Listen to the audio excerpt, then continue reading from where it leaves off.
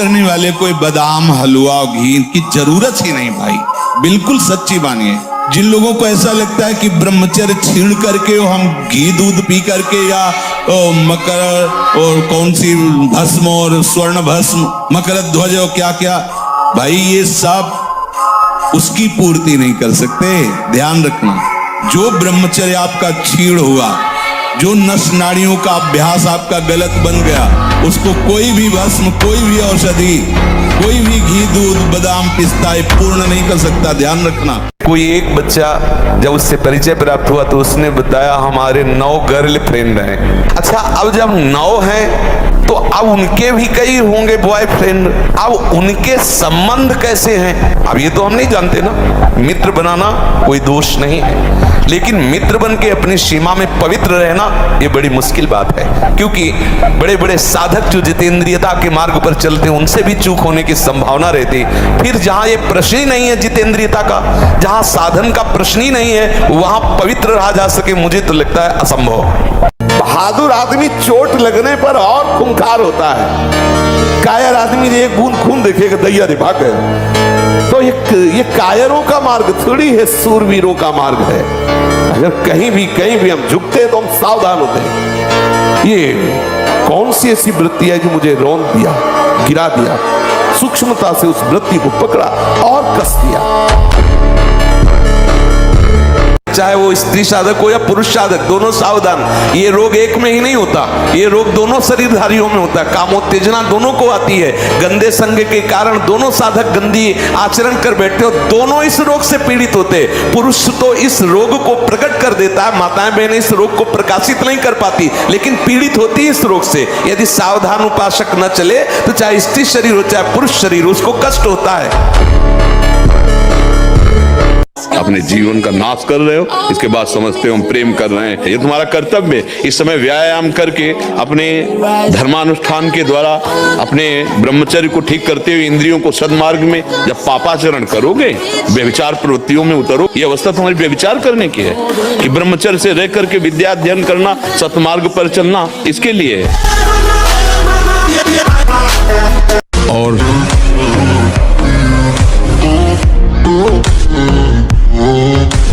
सफलता किसे समझते हो? अर्थ प्राप्ति, पद प्रतिष्ठा?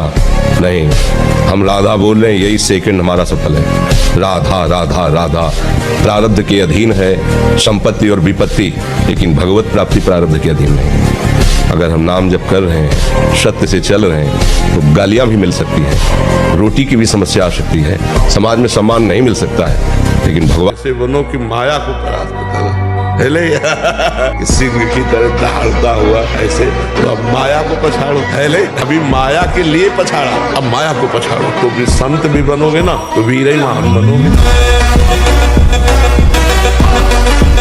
नारी का सौंदर्य प्रस्फुटित होता है, एक नूर उसके चेहरे पे झलकता है जो ब्रह्मचर्य को धारण करता है। एक नवीन आकर्षण, बालवत चेहरा, एक आकर्षण होता है भागवती।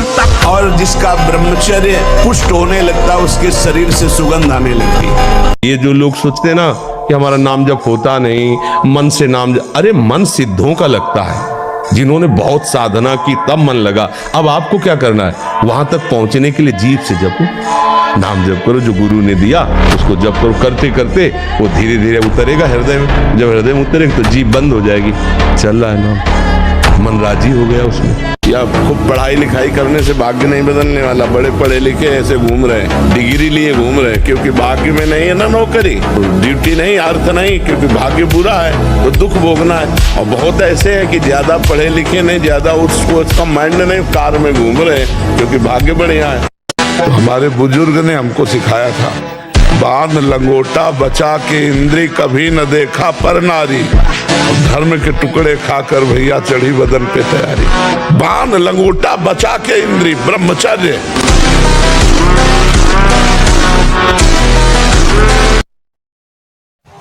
कि जिसका चरित्र पवित्र होता है और जो अध्यात्मवान होता है, अध्यात्म से जुड़ा होता है, वो कहीं भी परास्त भी हो जाए तो विजय को प्राप्त होता है।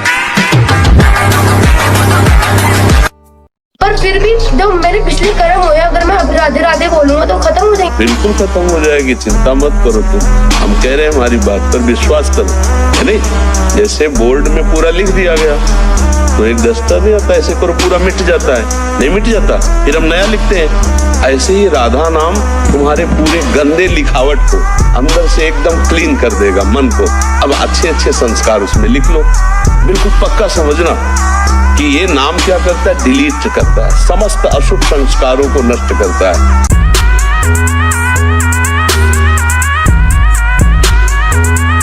न तरह भवसागर असमाज नर पाए, स्वति निंदक मंदमति आत्महनन गति जाए। वो आत्महत्यारे की गति को प्राप्त होता है केवल इस बात के लिए कि तुम्हें मनुष्य शरीर मिला, सारी सुविधाएं दी गई, लेकिन तुमने अपना काम नहीं बनाया। 83,99,999 योनियों में कोई एक भी ऐसी योनि नहीं जिससे हम भगवत प्राप्ति कर सकते। केवल ये मानव देह थी और उसको तुमने विषय सेवन में प्रपंच में नष्ट किया। तुम विशेष दंड के पास हो, कृपा हुई और तुमने उस कृपा को ठुकराया। अब भोगो अन्य योनियों में। अब पता नहीं फिर किस कल्प में भगवान की कृपा होगी और मुझे मनुष्य शरीर में। इसलिए मुझे इस जन्म में भगवत प्राप्ति करनी ही करनी है, इस पे हमें छूट नहीं है। अगर हमारी बहन को कोई गंदी दृष्टि से देख ले तो हमें बर्दाश्त नहीं होगा, और दूसरे की बहन के साथ हम क्या व्यवहार करते हैं वो मुझे बर्दाश्त हो जाता है। कैसी बुद्धि निम्न कोटि की, नीच कोटि के हो गए। इसलिए संभालो अपने जो साथ हो, उनको भी संभालो जो संभल पाए, नहीं तो आप चलो, ये मार्ग अपने आप के संभल। इसे तुम प्यार मत समझना, मेरी बात, मेरी प्रार्थना समझ लीजिए आप। पूरा का पूरा जीवन हो जाता है, हाथ कुछ नहीं लगने देती। ये प्रचंड माया भगवान की है। आप क्या समझते हो, आपको मुस्कुरा करके कोई प्यार करना चाहता है? नहीं, मुस्कुरा कर आपका सर्वनाश का पहला बाण संधान किया जा रहा है। अगर नेत्र नीचे करके और तुमने भौं चढ़ा ली तो बच गए, और अगर फिर दोबारा मुस्कुरा के देखा फंस गए। ये माया भगवती ऐसी प्रचंड है, बहुत। जो नियम संयम का त्यागी और भ्रष्ट आचरण वाला होता है, उसकी कभी दिनचर्या एक जैसी हो ही नहीं सकती। उसके हृदय में भगवत प्राप्ति का उत्साह हो ही नहीं सकता। वो किसी भी शास्त्र या गुरुदेव या संत की आज्ञा पर बहुत समय तक टिका रहे, ऐसा हो ही नहीं सकता। समझ लो इस बात को। एक जैसी दिनचर्या और शास्त्र और गुरु आज्ञा पर चलने वाला वही उपासक होगा जो भ्रष्ट आचरण नहीं करता। भ्रष्ट आचरण करता है तो राइट टाइम राइट समय में अपनी दिनचर्या कर ही नहीं सकता। ऐसा नहीं है कि ये माया कोई छोटी मोटी हस्ती है कि आज से आप सत्संग सुन ले माया नहीं आएगी। अरे भैया, ऋषि मुनियों को भी भ्रष्ट करने की सामर्थ्य रखती है, बड़े बड़े औरों की तो बात जाने दो। इसलिए छोटे छोटे बच्चे अगर ये गिर जाते हैं तो कोई बात नहीं है, फिर आगे चलो, फिर आगे। आज भी 12 बजे रात के उठ के अपने आसन पे बैठ जाते हैं। शरीर दर्द करता है, फिर लेट गए, फिर बैठ गए, और 1:20 पर स्नान रात्रि की। अपनी दिनचर्या वैसे ही।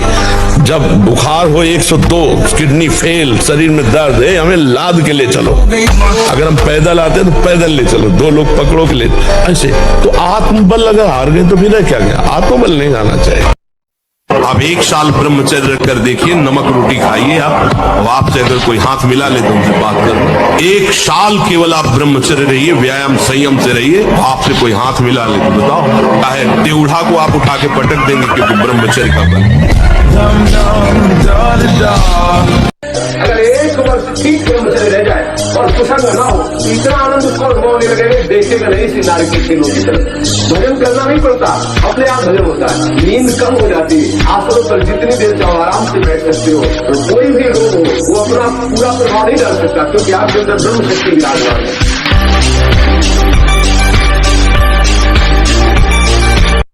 जो ब्रह्मचर्य का नाश करते रहते हैं ना, उनकी मेधा शक्ति क्षीण हो जाती है, उनकी स्मृति शक्ति क्षीण हो जाती है, स्वभाव में चिड़चिड़ापन आ जाता है, दिमाग में ज्यादा मतलब बल लगाने की सामर्थ्य नहीं रह जाती। अगर बार बार कोई प्रश्न उत्तर करे तो एकदम, तो इसलिए बहुत थोड़ा सावधान। जैसे दाद होती है, उसे खुजलाओ तो अच्छा लगता है, पर बाद में फबद जाती है।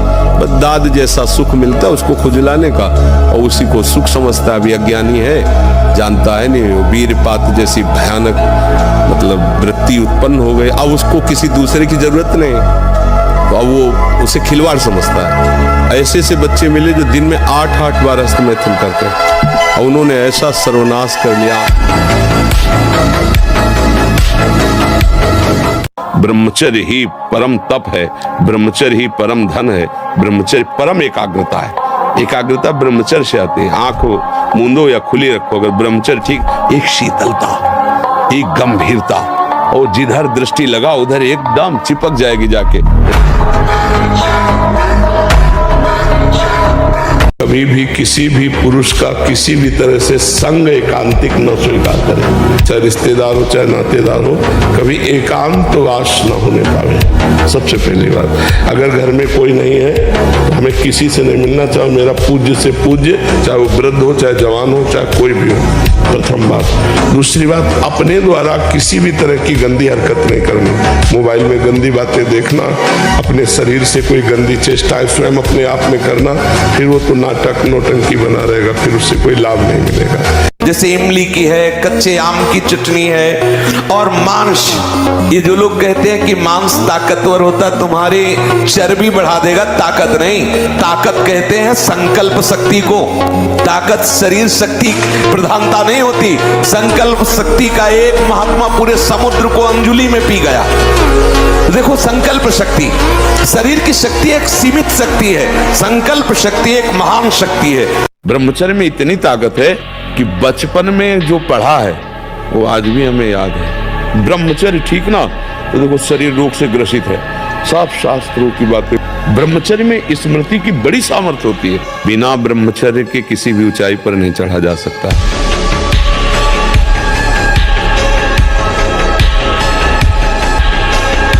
राजा के बालक, जब मैं दहाड़ता हूँ और फरसा लेकर दौड़ता हूँ तो किस्तियों के गर्भ गिर जाते हैं। लक्ष्मण जी हंस पड़े। लक्ष्मण जी ने हंस करके कहा कि बार बार जो है जो फरसा दिखा रहे हो, भूख से पहाड़ उड़ाने की कोशिश मत करो। लक्ष्मण जी में भय कहाँ, भगवान शेष के अवतार है।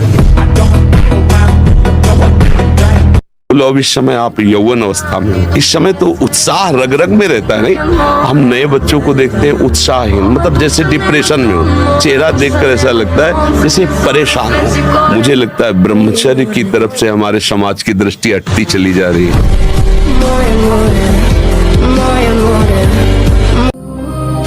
कांक्षा जी, श्री हरिवंश महाराज जी। महाराज जी, जैसे हम श्री जी के लिए भोजन बनाते हैं, उस समय अगर मक्खी या मच्छर उसमें गिर जाए या बाल गिर जाए तो भोजन दूसरा बनाना पड़ेगा। ये सावधानी रखनी पड़ेगी।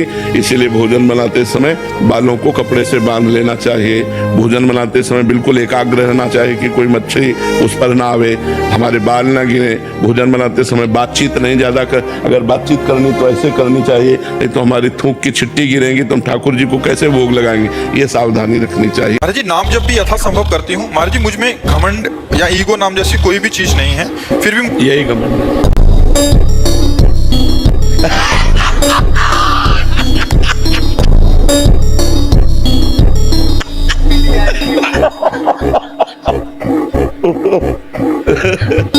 मरीज कह रहा है डॉक्टर से मैं बीमार नहीं, डॉक्टर कह रहा तुम बीमार।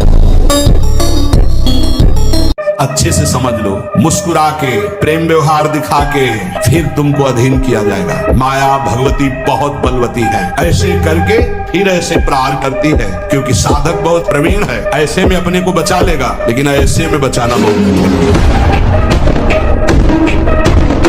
हमारे बुजुर्ग ने हमको सिखाया था, बाण लंगोटा बचा के इंद्री कभी न देखा पर नारी, धर्म के टुकड़े खाकर भैया चढ़ी बदन पे तैयारी। बाण लंगोटा बचा के इंद्री, ब्रह्मचर्य और स्वाभाविक दंड बैठक और व्यायाम के द्वारा जो ताकत बढ़ती जाती है वो स्थायी होती है। बल किसे कहते हैं? जो काम को पछाड़ दे, क्रोध को पछाड़ दे, दूसरों का हित करे, दूसरों का मंगल करे और पवित्र भोजन करे। ब्रह्मचारी पवित्र आचरण वाला, दूसरों का हित करने वाला, वो बलवान होगा।